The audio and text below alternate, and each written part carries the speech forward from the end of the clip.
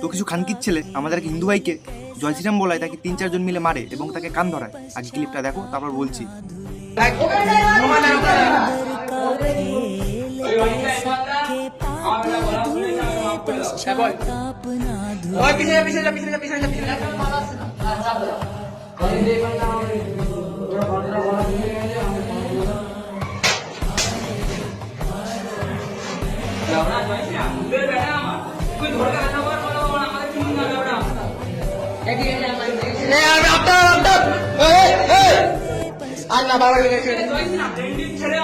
बच्चे नहीं है, टाइम बॉम्ब है साले, आतंकवादी के पिल्ले हैं। এই খানকির ছেলেগুলো এত সাহস কি করে পায়? মানে আমাদের হিন্দু রাজ্য থেকে আমাদের এক হিন্দু ভাইকে জয় শ্রীরাম বলায় বাথরুমে গিয়ে একা পেয়ে মারছে, একা পেয়ে ক্ষমা চাচ্ছে। এটা তো পুরো বাংলাদেশের দীপুচন্দ্র দাস, দিল্লির তরুণ কুমার আর গাজিয়াবাদের সুরিয়ার কেসের মতো।